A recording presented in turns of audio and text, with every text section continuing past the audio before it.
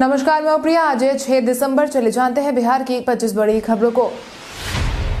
इग्नू में एमए पास के लिए असिस्टेंट रजिस्ट्रार के लिए निकाली गई vacancy. Indira Gandhi national open university ने असिस्टेंट रजिस्ट्रार की 21 और सिक्योरिटी ऑफिसर की एक वैकेंसी निकाली है। इच्छुक और योग्य उम्मीदवार इग्नू ने आधिकारिक वेबसाइट www.ignu.ac.in पर इस भर्ती से संबंधित नोटिफिकेशन को जाकर आप देख सकते हैं। इस भर्ती के लिए 31 दिसंबर 2020 तक आवेदन किया जा सकता है।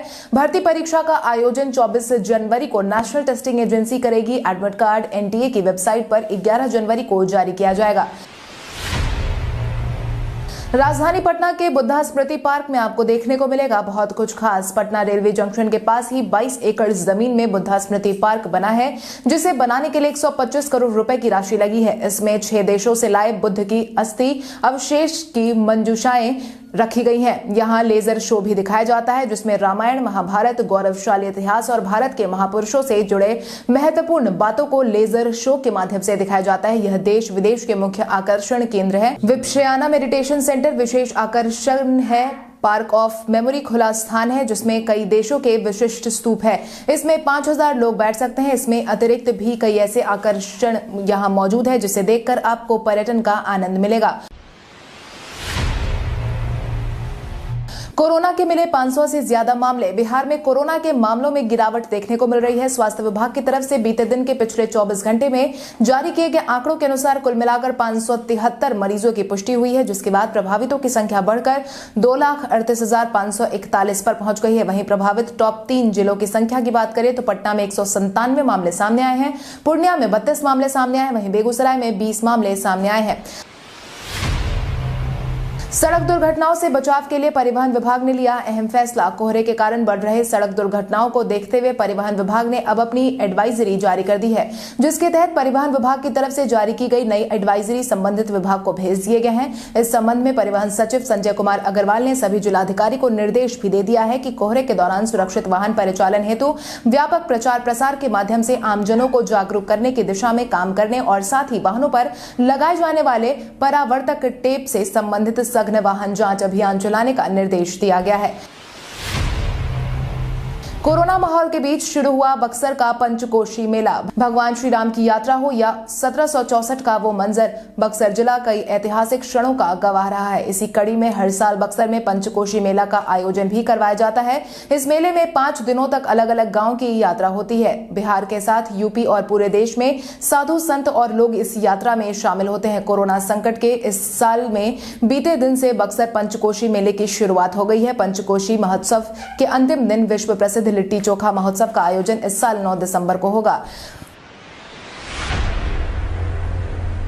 भूमि सुधार विभाग में 550 अमीन सहित 2300 पदों पर जल्द होगी बहाली। बिहार सरकार के राजस्व और भूमि सुधार विभाग में 550 अमीनों सहित लगभग 2300 पदों के लिए बहाली की प्रक्रिया जल्द की जाएगी। इसके लिए आवेदन पहले लिए गए थे, परीक्षा हो चुकी है। जल्द सरकार परीक्षा फल निकालकर चयनितों की नियुक्ति करेगी। अमीनों की यह बहाली शिविरों में कार्यरत करीब 3400 विशेष सर्वेक्षण अमीन के अतिरिक्त होगी। इसके अलावा अंचल भू सुधार, उप समाहर्ता कार्यालय, भू अर्जन, अपर समाहर्ता कार्यालय आदि विभाग के विभिन्न दफ्तरों में रिक्त कर्मियों के 1767 पदों के लिए भी सूचना संयुक्त प्रवेश प्रतियोगिता परीक्षा परिषद को भेज दी गई है। बिहारी पहचान में आज हम बात करेंगे आर माधवन की। आर माधवन का जन्म 1 जून 1970 में जमशेदपुर में हुआ था, जिस समय यह हिस्सा बिहार से जुड़ा हुआ था। इनका पूरा नाम रंगनाथन माधवन है, जिसमें रंगनाथन उनके पिता का नाम है। माधवन ने कई साउथ की फिल्मों में काम किया है, जिसके लिए उन्हें साउथ फिल्म फेयर अवार्ड से सम्मानित भी किया गया है। उनको हिंदी सिनेमा में पहचान फिल्म रहना है तेरे दिल से मिली। साल 2010 में माधवन राजू हिरानी की फिल्म 3 इडियट्स में भी नजर आए थे। इस फिल्म में माधवन के अलावा आमिर खान, शर्मन जोशी और करीना कपूर मुख्य भूमिका में नजर आए थे। इस फिल्म ने बॉक्स ऑफिस पर रिकॉर्ड तोड़ कमाई की थी। उसके बाद ये माधवन फिल्मी दुनिया में छा गए थे। बिहार में अब 45 लाख टन धान की होगी खरीद। केंद्र सरकार ने धान खरीद का लक्ष्य बढ़ाने का फैसला लिया है। सरकार ने इससे पहले ये तय सीमा 30 लाख टन के लक्ष्य को धान की जगह चावल में बदल दिया, जिसके बाद अब 30 लाख टन चावल की खरीदारी होने वाली है। इसके लिए राज्य सरकार को लगभग 45 लाख टन धान की खरीद करनी होगी। राज्य में धान खरीद का अब तक का सबसे बड़ा लक्ष्य रखा गया है। राज्य सरकार ने इस साल धान खरीद का लक्ष्य बढ़ाने के लिए केंद्र से अनुरोध किया था। खाद्य एवं उपभोक्ता संरक्षण मंत्री विजेंद्र यादव ने इसके लिए केंद्र को पत्र भी जारी कर दिया था। बिहार में गरीबों के लिए बनाए जाएंगे 1 लाख आवास। प्रधानमंत्री शहरी आवास योजना के तहत बिहार के शहरों में गरीबों के लिए 1 लाख आवास बनाए जाएंगे। स्लम क्षेत्र में मल्टी स्टोरी भवन का निर्माण होगा। शहरों में पार्क एवं सौंदर्यीकरण का काम किया जाएगा। आपको बता दें, सूबे के उप मुख्यमंत्री तारकिशोर प्रसाद ने नगर विकास और आवास विभाग की योजनाओं की समीक्षा की। इस दौरान उन्होंने कई आवश्यक निर्देश दिए। इसके साथ ही उन्होंने इसके लिए सभी निकायों में एक नीति निर्धारित किए जाने की बात कही है, ताकि राज्य में बने सभी सार्वजनिक शौचालयों का रंग एक हो। बिहार में पीएचईडी के पास होंगे लगभग 39,000 प्लम्बर। नई सरकार के गठन के साथ ही पीएचईडी ने मुख्यमंत्री नल जल योजना पार्ट 2 के लिए रोड मैप तैयार कर लिया है, जिसके बाद अधिकारियों को यह निर्देश दिया गया है कि किसी भी घर में पानी की सप्लाई खराब होती है तो उसे तुरंत ही 24 घंटे में ठीक कर लिया जाए और संबंधित ठेकेदारों से जुर्माने के रूप में 2,000 रुपए की वसूली की जाए। विभाग शिकायतों को दूर करने के लिए सभी प्रत्येक 4 वार्ड पर एक प्लम्बर रखा जाएगा, ताकि योजना में किसी भी शिकायत का तुरंत ही निवारण किया जा सके। राज्यपाल फागू चौहान ने लंबित पड़ी परीक्षाओं को लेकर दिया सख्त निर्देश। बिहार के राज्यपाल फागू चौहान ने सभी 5 विश्वविद्यालयों में लंबित परीक्षाओं की समस्या पर राज्यपाल फागू चौहान ने चिंता जाहिर की है, जिसके तहत राजभवन की तरफ से 5 विश्वविद्यालयों की सुस्ती पर नकेल कसने की तैयारी है, जिसके तहत राज्यपाल ने सख्त निर्देश देते हुए परीक्षा कैलेंडर बनाने का निर्देश दिया है। कुलपतियों के साथ हुई बैठक में सभी लंबित परीक्षाएं आयोजित करवाने एवं पेंडिंग परीक्षाफल को जल्द प्रकाशित करने का निर्देश दिया गया है। उत्तर प्रदेश से बिहार के लिए 4 बसों का जल्द होगा परिचालन शुरू। उत्तर प्रदेश से बिहार के 4 शहरों के लिए 8 दिसंबर से बसों का परिचालन शुरू होने वाला है। यूपी और बिहार के बीच हुए बस ट्रैवल समझौते के बाद यात्रियों के लिए राहत की खबर सामने आई है, जिसके बाद अब उत्तर प्रदेश से बिहार के 4 रूटों पर बस निर्माण का फैसला लिया गया है। इन सभी रूटों पर बसों को परमिट भी जारी कर दिया गया है। मिली जानकारी के अनुसार इन सभी बसों को एसी जनरथ के नाम से जाना जाएगा। बिहार में चला वाहन जांच अभियान। राज्यसभा में अलग अलग एनएच और एसएच विशेष मुहिम के तहत सघन हेलमेट सीट बेल्ट जांच अभियान चलाया गया। इस दौरान सड़क सुरक्षा नियमों का उल्लंघन करने वाले वाहन चालकों पर सख्ती भी दिखाई गई, साथ ही उनसे जुर्माना भी वसूला गया। इसके साथ ही वाहनों को जब्त करने की कवायद भी तेज हो गई। परिवहन सचिव संजय कुमार अग्रवाल ने बताया कि सभी जिलों में चले अभियान के दौरान कुल 1542 वाहनों की जांच की गई है, जिसमें नियमों का उल्लंघन करते हुए कुल 543 वाहन चालकों से करीब 9.34 लाख रुपए की वसूली की गई है। लक्षद्वीप के प्रशासक दिनेश्वर शर्मा के पार्थिव शरीर को सीआरपीएफ जवानों ने दिया गार्ड ऑफ ऑनर। लक्षद्वीप के प्रशासक और पूर्व आईबी चीफ दिनेश्वर शर्मा ने दुनिया को अलविदा कह दिया है। वहीं गया एयरपोर्ट पर ही सीआरपीएफ के जवानों ने उन्हें गार्ड ऑफ ऑनर दिया। वहीं श्रद्धांजलि देने के बाद उनका पार्थिव शरीर उनके गांव बेलागंज के पाली गांव के लिए रवाना किया गया। इसके बाद फाल्गु नदी के तट पर स्थित ऐतिहासिक विष्णुपद शमशान घाट पर अंतिम संस्कार किया गया। आपकी जानकारी के लिए आपको बता दें, शुक्रवार को उन्होंने चेन्नई में आखिरी सांस ली थी।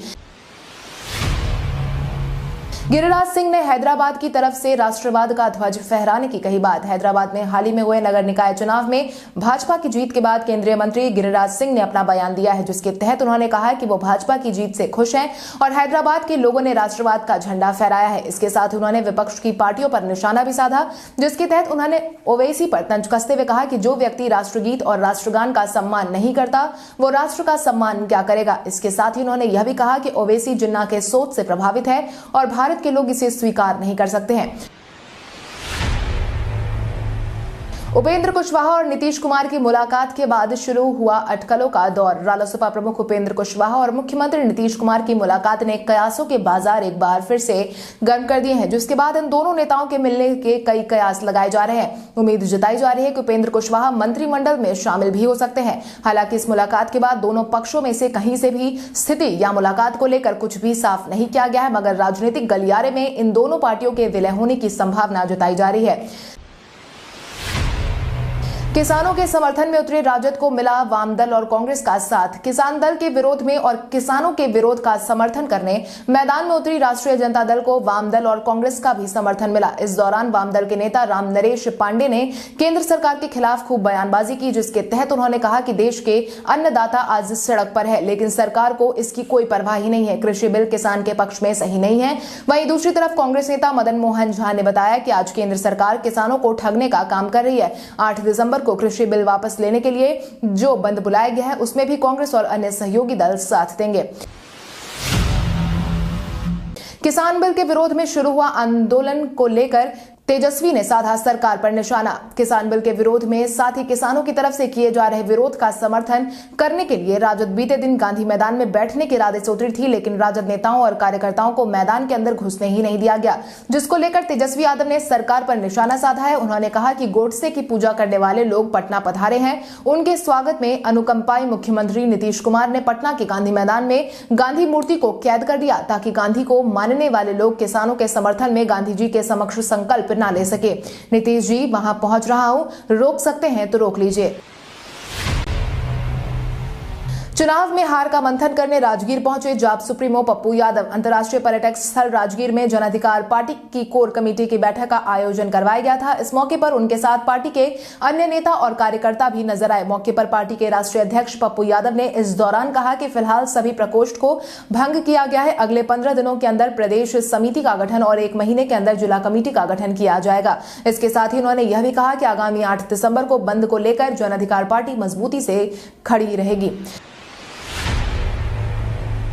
राजद सुप्रीमो से मुलाकात का सिलसिला एक बार फिर हुआ शुरू। रांची के रिम्स में पेइंग वार्ड में इलाजरत चाला घोटाला मामले में सलाखों के पीछे बंद राजद सुप्रीमो लालू प्रसाद यादव से मुलाकात का सिलसिला फिर से शुरू हो गया है। बीते दिन राजद के 3 बड़े नेता उनसे मिलने के लिए रिम्स के पेइंग वार्ड पहुंचे। मिली जानकारी के अनुसार मुलाकात करने वालों में राजद के वरिष्ठ नेता और विधायक सुरेंद्र यादव, पूर्व विधायक अनवर आलम और राजद नेता सैयद फैजल अली का नाम शामिल था। तीनों जेल प्रशासन से आधिकारिक तौर पर अनुमति लेकर मुलाकात करने पहुंचे थे। किसान आंदोलन के समर्थन में उतरे भोजपुरी स्टार खेसारी लाल यादव। किसान कानून को लेकर के बिहार में विपक्षी दलों का पूरा समर्थन देखने को मिल रहा है। वहीं अब किसानों के समर्थन में भोजपुरी स्टार खेसारी लाल यादव भी आ गए हैं। खेसारी लाल यादव ने किसानों का समर्थन करते हुए अभिनेत्री कंगना रनौत पर भी इस दौरान निशाना साधा है, जिसके तहत उन्होंने कहा कि ए भाई ई कंगना के कुछ ना बुझाई, ना समझ आवे आम, ना बुझाई मूली, अखाली हर बात पे जुबान खुली। किसान लोगन के आज सबके साथ के जरूरत बा, सब गोटा मिल के बोली जय जवान जय किसान, बाकी सबके खेसारी के प्रणाम बा। भारत के इतिहास में आज की तारीख कई कारणों से है दर्ज। भारत के इतिहास में आज की तारीख का अपना ही एक खास महत्व है। आज ही के दिन कई ऐसी महत्वपूर्ण घटनाएं घटी जो इतिहास के पन्नों में हमेशा के लिए दर्ज होकर रह गई है। 1732 में ईस्ट इंडिया कंपनी के पहले गवर्नर जनरल वॉरेन हेस्टिंग्स का जन्म हुआ था। 1956 में बहुजन राजनीतिक नेता और संविधान निर्माता बाबा साहेब भीमराव अंबेडकर ने दुनिया को अलविदा कह दिया था। 1987 में मिग 29 भारतीय वायुसेना में शामिल हुआ था। इसे बाज नया नाम दिया गया था। राष्ट्रीय दिवस के तौर पर भीमराव अंबेडकर और स्मृति दिवस और नागरिक सुरक्षा स्थापना दिवस को आज ही के दिन मनाया जाता है।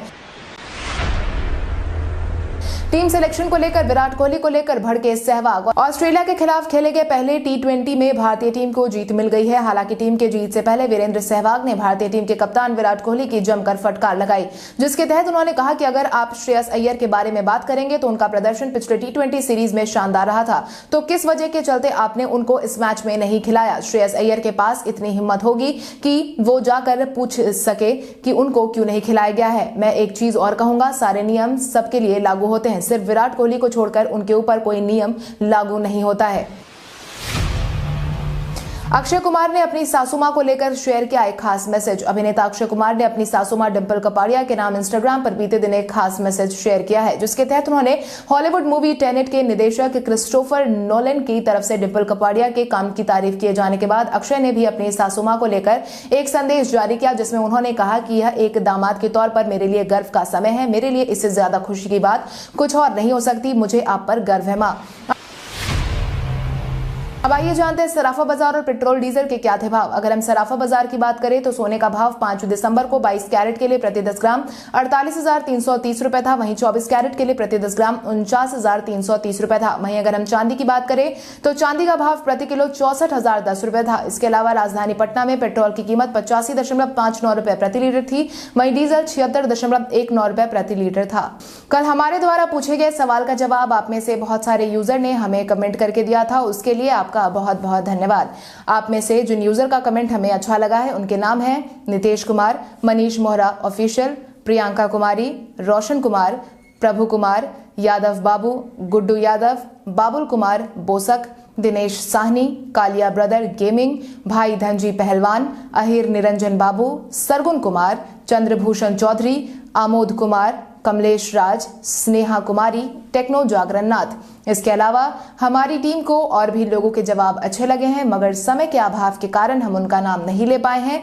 लेकिन आप हमारे सवालों का जवाब देते रहे, हम कल आपका नाम लेने की पूरी कोशिश करेंगे। तो चलिए बढ़ते हैं आज के सवाल की ओर। आज का सवाल कुछ इस प्रकार है, आपके अनुसार पहले की भांति आम आदमी की समस्या सुनने के लिए एक बार फिर से जनता दरबार की शुरुआत होनी चाहिए या नहीं? अपने जवाब हमें कमेंट करके जरूर बताएं। इसके साथ ही आज के लिए बस इतना ही। अगर आप ये वीडियो हमारा YouTube पर देख रहे हैं तो हमारे चैनल को सब्सक्राइब करें और बेल आइकॉन दबाना ना भूलें। और अगर आप ये वीडियो हमारा Facebook पर देख रहे हैं तो इस वीडियो को लाइक करें और ज्यादा से ज्यादा शेयर करें। धन्यवाद।